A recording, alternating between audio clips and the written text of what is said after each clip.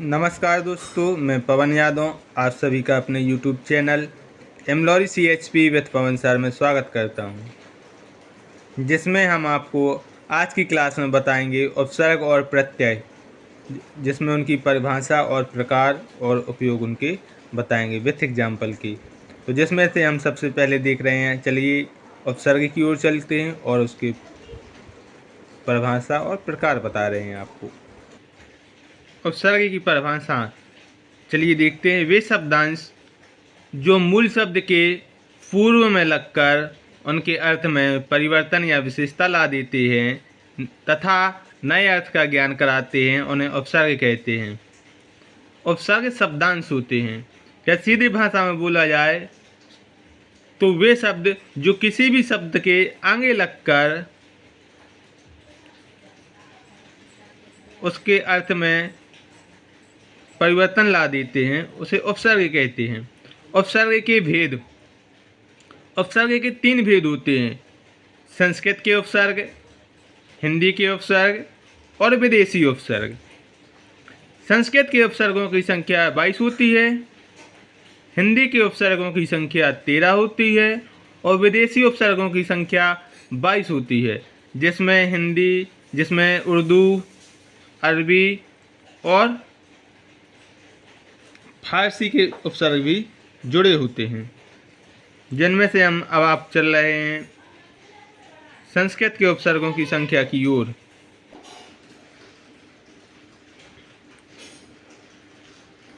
संस्कृत के उपसर्ग 22 होते हैं, जो इस प्रकार हैं। अति। अति का अर्थ होता है अधिक, उस पार या ऊपर।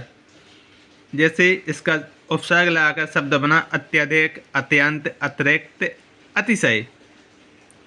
दूसरा आता है अधि। अधि उपसर्ग ऊपर, श्रेष्ठ। शब्द हो जाएगा अधिकार, अधिपति, अधिनायक। अनु उपसर्ग जिसका अर्थ होता है पीछे, समान। शब्द हो जाएगा अनुचर, अनुकरण, अनुसार, अनुशासन।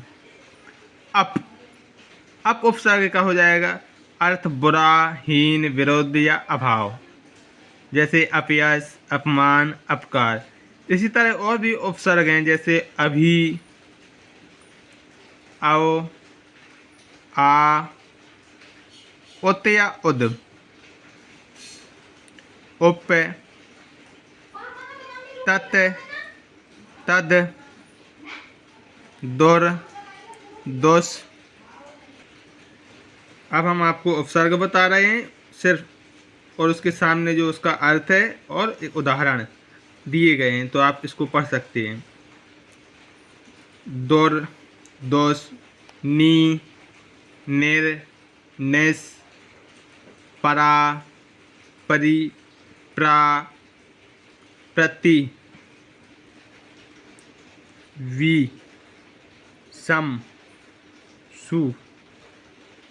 यह संस्कृत के उपसर्ग 22 होते हैं, जो इस प्रकार हैं। आप सभी लोग इसको पढ़ना, और इसके शब्द दिए गए हैं, अर्थ भी दिया गया है, उपसर्ग हमने आपको बता ही दिए हैं। इसी प्रकार अब हम आगे बढ़ रहे हैं हिंदी के उपसर्गों की ओर, जिनकी संख्या 13 होती है, जो इस प्रकार है। आ, अध, अन, आओ, उन, का, कु, दू, नी, पर, बिन, भर, सु। ये हिंदी के उपसर्ग हो गए। इसके बाद आते हैं विदेशी उपसर्ग, जिनकी संख्या हमने आपको 22 बताई थी, जो इस प्रकार है। जैसे अरबी फारसी के उपसर्ग अल, एन, कम, खुश, गैर, दर, ना, फिल, फी, बा, बद, बर, बे, बिल, बिला, मा, मु, ला, सर, हम, हर। इसी प्रकार कुछ अंग्रेजी के उपसर्ग दिए गए हैं, जो इस प्रकार हैं। सब, deputy, vice, general, chief, head. कुछ उपसर्ग के समान प्रयुक्त होने वाले संस्कृत के अव्यय जो उपसर्ग के समान ही यूज किए जाते हैं, जैसे अधः, अंतः, आ, चिर, पुनर्, बहिर्, सत्, पुरा, सम, सह, जो इस प्रकार है। तो हमने सभी आपको उपसर्ग बता दिए हैं और उसी के सामने जस्ट अर्थ लिखे हुए हैं और अर्थ के बाद लिखे हुए हैं शब्द। तो इनको आप पढ़िए और अपना जो एक्सपीरियंस है उसे शेयर कीजिए कमेंट बॉक्स में। हम आपको कुछ उपसर्ग और प्रत्यय के उदाहरण देंगे जिसमें से आपको बताना किसका आंसर क्या हो सकता है। चलिए दोस्तों, हम आपको कुछ उपसर्ग से आए हुए प्रश्न करवा रहे हैं जो परीक्षाओं में पूछे गए हैं। जैसे कि एक एग्जाम्पल लिखा हुआ है, किस शब्द में कोई उपसर्ग नहीं है। जैसे पहला लिखा हुआ है विदित, बेचारा, विहित, बेशुमार। इन चार ऑप्शनों में से एक आंसर है जिसमें कोई उपसर्ग नहीं है। तो इसका आंसर है क्या है? विदित। क्या है? विदित। विदित में कोई भी उपसर्ग नहीं लगा हुआ है। दूसरा एग्जाम्पल है, किस शब्द में वी उपसर्ग नहीं है। किस शब्द में वी उपसर्ग नहीं है।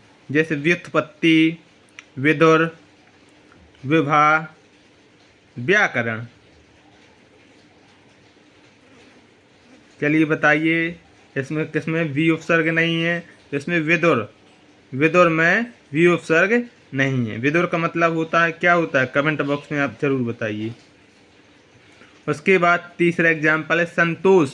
संतोष में कौन सा उपसर्ग है? सु, सम, सन, सह। सु, सम, सन, सह। तो संतोष में